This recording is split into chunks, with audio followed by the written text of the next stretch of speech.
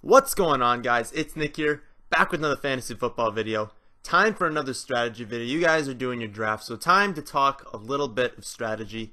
This one's going to be value over next best, and it's very similar to value-based drafting with a little bit of differences. Typically in a value-based drafting system, you want to fill out your roster first, so you don't even want to touch your bench. You want to fill out quarterback, you want to fill out tight end. I don't advocate for that, which is why I'm not doing a video on value-based, but this is also different because this one's more forward thinking. So it's saying, okay, I'm in the 5th round. These are my options at each position. Let's say there's 5 picks. We'll say there's 6 picks until my next pick, right? Who's going to be available at that point, and where's the biggest gap? So I'll walk through a mock draft to kind of explain how this works. It's not as valuable with the 1st round. You see here, pretty much everyone's available for quarterback, tight end, which is kind of obvious, but the drop down at those positions isn't that massive. So we don't draft under this strategy. You don't draft a quarterback or a tight end until probably like the 5th round would be the earliest you would go. But let's look at it. So this is the 8th pick in a 10-team PPR league, and we've got AJ Green, Mike Evans, Michael Thomas, and T.Y. Hilton. Now I don't see a massive drop off here because it's the 1st round and they're all huge, like great players. But I do see a gap between AJ Green and the Evans, Thomas, Ty. Now we look over to the running backs, and it's Melvin, it's Freeman, it's Murray, who you would consider here. And I see that as a smaller gap. I see Melvin, Freeman, and Murray all pretty similar in rankings. And again, they're both close, the wide receivers and the running backs. But here I'm going to lean AJ Green, just because I'm pretty sure Evans will be gone, and there's a chance that Michael Thomas will be gone as well. It's not a huge chance. There's only 4 spots until your next pick, but there's a chance. And I don't want to get stuck with Ty. But I think that I'd be fine with the running backs left, even given that Melvin, Freeman, and Murray all get taken. So I think it's better to take AJ Green in this spot under this strategy. So that's what we're going to take. This is their team. Basically, after each pick, I'm just going to show you what the team kind of looks like. Obviously the team right now is just AJ Green. So let's move on to the next round. Michael Thomas, Dez, and Doug are still there. Now this is the difference between this strategy and value-based. Value-based, I would likely go Michael Thomas here because I do feel that he is a value in the early 2nd round. I think honestly that he's worth, in like, if there weren't all these great players, he's worth a late 1st round pick. But I think he's a great value at this point in the draft. However, the drop-off from Michael Thomas, Dez, and Doug isn't massive, and there's a chance that I can get Doug if I wait. But the drop-off, I feel, Murray, even just to Howard and Ajayi, is there. So under this strategy, looking forward and knowing I'm probably not going to get Howard or Ajayi, I'd have to go down to the Gurley Crowell range, it's Murray. So I take Murray with this spot. We've got DeMarco Murray at the RB1. And then we've got AJ Green at the wide receiver 1. We move on to the next round, and Doug is still there, and then there's a pretty big gap. So this one seems like a pretty obvious choice. It's Hopkins, Cooks, and Alshon. I don't think they're even close to the same level as Doug Baldwin is. Then we look at the running backs, and it's Isaiah Crowell, it's McCaffrey, it's Montgomery, it's Lynch, it's Cook, and I'm not going to say that I don't have Crowell ranked higher than those guys by a good margin. Not Cook. I actually have Cook ranked 1 spot or 2 spots behind Crowell. But I think that Crowell and Cook and Caffrey and Lynch, like, they're all sort of similar picks. Similar with their upside, given their risk and everything. So I think the obvious choice here is to go with Doug. So that's what I do here. Updated team for you guys. DeMarco Murray at the 1, AJ Green, Doug Baldwin 1 and 2. Move on to the next round. I think it's pretty clear who would take. We start looking at tight ends here in the 4th round, but the gap isn't massive. It's Kelsey, Olsen, Reed, Graham, Rudolph. I don't think there's a huge difference between those guys. If Gronk was there, I'd consider it. Then you look at the wide receivers, and it's Alshon, Tate, Robinson, Landry, Crabtree, Adams, all very similar as well. And so I don't really see a drop-off at all, whereas at least there's a small drop-off with Crowell to this next group in the running backs. So that's who I take. take Crowell in this round, and we've got Murray, we've got Crowell, we've got Green, we've got Baldwin, so we're not tied down to needing to draft one certain position. Move on to the next round, and we can start looking at the quarterbacks and the tight ends as well in this round. Brees, Wilson, Ryan, so maybe if Rodgers or Brady were there, we'd consider it, but they're not, and I don't see a huge drop-off there. So we're going to pass on that position. The tight ends, it's just Jimmy Graham, Rudolph, Eifert. Not really a huge drop-off there. Wide receivers, it's still Tate, Adams, Edelman, Sanders, Tyreek, all relatively similar picks there. So we really haven't found a drop-off until we go to running back. I see Ty Montgomery, Danny Woodhead, Ingram, and Powell. And I'm higher than a lot of people are on Mark Ingram this season. I have him ahead of all the people on this list, even in PPR ahead of Ty Montgomery, and it's actually by a relatively significant margin. So for me, the pick is Ingram because I don't see a drop-off almost anywhere else. And this, I see at least a little bit of a drop-off. So the pick's Mark Ingram. That fills out our flex. Not necessarily need to start him in the flex, but at least it adds into that flex spot when we're drafting. Again, updated team here. We've got 3 running backs, 2 wide receivers, but we're still not tied down to any specific pick. Maybe if we only had 1 wide receiver, we'd have to look there. Next round, we've still got Wilson, Ryan, Luck. So there's still really not a huge drop-off. So we're not looking there, and it's still Jimmy Graham, Rudolph, Eifert, so we're not looking there. So our choice essentially is going to come down to, yet again, the running back or wide receiver position. This is a tough one. I really do like Golden Tate. I was scared off a little bit with this Golladay news, but I think Tate is still a perfectly fine pick. It's just the difference between Golden Tate, Tyreek Hill, Sanders, Diggs, Crowder. I would be fine. I don't see that much of a drop between Tate and Crowder or Tate and Diggs.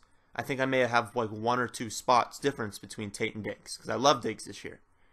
So then I look at the running back position. I see Woodhead, Powell, Anderson, Ware, and I see a lot of question marks start to pop up with the running backs at this spot, especially below Ware, and even considering Ware might get replaced by Hunt. Anderson, I mean, I'm not thrilled about that pick.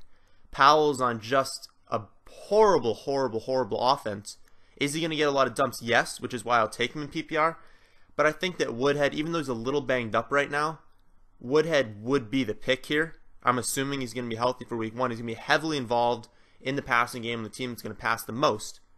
So the value over who I'm going to get in 14 more picks, it's Woodhead. So even though I fill up the bench here, the biggest difference, because that's what the strategy does, biggest difference was Woodhead. So we got 4 running backs, 2 wide receivers. If it's a close at all, we would lean wide receiver with this next pick. But it's really not. We look at the quarterbacks, and it's Cousins, it's Mariota, and then I see a drop after that. But it's not that big, and I think I can wait a little longer. We look at the running backs. We still have Powell, Anderson, Ware, Coleman.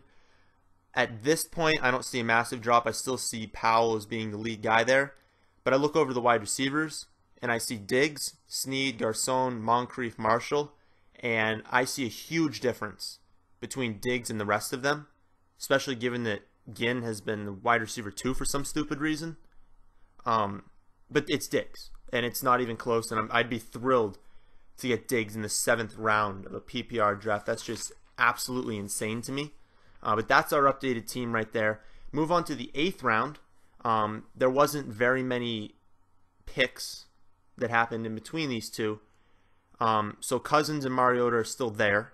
So we're going to hold off hopefully one more round because I have Cousins as a 9th round grade. We look at the running backs, exact same situation, still not a significant drop.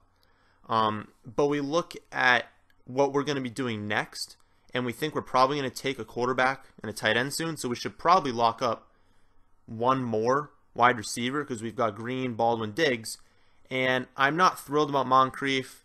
Meredith's iffy, Parker's iffy, Macklin I kind of like, but I love Tyrell. And with the tight ends being also kind of similar, I'm going to take Tyrell because I know what I'm going to get, especially after taking quarterback in the next round. It's going to be a huge difference from Tyrell to who I'd have available next. So I take Tyrell here. That's the updated team. Next round, Cousins and Mariota are still there. So The running backs are still kind of gross. The wide receivers get really gross at this point. So all pretty similar picks. And I just look at it and it's either a quarterback or Ertz. Because, I mean, just looking at this list of running backs and wide receivers, I don't specifically see anyone that I need to take right now. Maybe I can get a little bit later, and I do love some deals you can get late right now. But looking at the tight end list as well, I really do think it's Ertz and Walker are the two that I really want to lock up. So next two rounds need to be wide receiver and quarterback. I leaned Cousins, but I'd be perfectly fine if you took Mariota. I just didn't want to risk getting Mariota and Walker. But this is the updated team. Cousins and Mariota, very similar picks. Love both of them, so I don't care which one you take at that spot. But this next round, again, it's gross running back and wide receiver, which is why we tend, in all my mock drafts, we tend to lean running back and wide receiver early to just lock up the studs, and then we can have a tight end that we like fall to us. I end up taking Ertz here. Actually, Walker was taken, and I see a big difference between Ertz and the rest of the field. As this shows, I mean, it's Ertz, it's Bennett, and then I guess you could take Ebron, but Ebron's been hurt in his whole career, and he's hurt now. After that, I just dropped down to Hooper late. But Ertz is the clear-cut guy right here since Matthews left. So, updated team, Cousins, Murray, Crowell, Green, Baldwin, Ingram, Woodhead, Diggs, and Tyrell. I'd probably play Diggs at the flex position. But now we've taken quarterback and tight end, so we don't need to look at that position at all for the rest of the draft. And I don't see any difference in any of the wide receivers, but I see Kareem Hunt potentially taking over Ware. It's Hunt, it's Sproles, and it's Burkhead are the only people I'm looking at in this range. So I draft Hunt, updated roster. We're pretty even in running backs and wide receivers, so we don't need to lean one way or the other. We do have one less wide receiver, which is why in this next round, looking at the options, I see Jordan Matthews as pretty clear ahead of everyone. But at this point in the draft, everyone's going to be pretty similar. So basically, you can just take the guys you like. Once you hit like the 11th, 12th round, the strategy isn't really there as much. You don't need to look, oh, who's going to be available next. I mean, it's always good to, but typically it's going to be pretty similar values. So you see I take Jordan Matthews, and then I take probably my favorite pick in drafts right now in Rex Burkhead in the 13th round. I think as of the updated rosters, which you guys really should be updating, the rankings. I don't know why I said rosters. The rankings from our website. I mean, they're free to download. If you want the premium rankings, you can check them out there as well. But even just the free rankings, we're updating those constantly, so keep downloading them. But Rex Burkhead has been launching up. I think I have him at like a 9th or 10th round grade right now, so getting him in the 13th round is just perfect. So that's the updated team. I don't need to run through it. I've ran through it enough times. But that's what the strategy is. We look forward and we say, given that I have a pick in 4 or 14, those are the two options in this draft, given pick 8. So say, okay, there's 14 picks until my next pick. What's going to be left at that point at each position, and where is there the biggest drop? And you should target that position. Because it's nice to be like, oh, this is a value-based draft. Oh, look at the value at wide receiver. Oh, look at the value at wide receiver every single round. But then you neglect the fact, especially in a standard scoring, which is different from this draft, but in a standard scoring, if running backs keep flying off the board, there's going to be value at wide receiver. But if you don't look forward and say, this is the running back I'm going to get stuck with, even though it might not be a value, you might have to take a position that's just not going to be left later. That's why quarterback you can wait on in this position, because you say, even though Rodgers might be a value in the 4th round, what's going to be available in the 5th? Well, I mean, like probably Brady if Rodgers was available in the 4th. You say, well, okay, that's not much of a difference. And who's going to be available in the 12th? Honestly, probably Rivers. And you're like, oh, okay, well, that's not a difference at all. But look at the difference between a 4th round wide receiver versus a 12th round wide receiver. It's a lot different. So that's what this strategy does. It's great to use even with other strategies. So even if you're going RB0, you're going wide receiver 0, you're using different strategies that you like, you should always be implementing value over next best, because it just makes sense conceptually. Even if you're getting value at a position, look at all the other ones, because a position just might be scarce, which you might not think a player is a good value, but he might be given what you'll have at your next pick. That's the end of this video. Hope you did enjoy. If you did, please smash that like button, subscribe if you are new, and thanks for watching.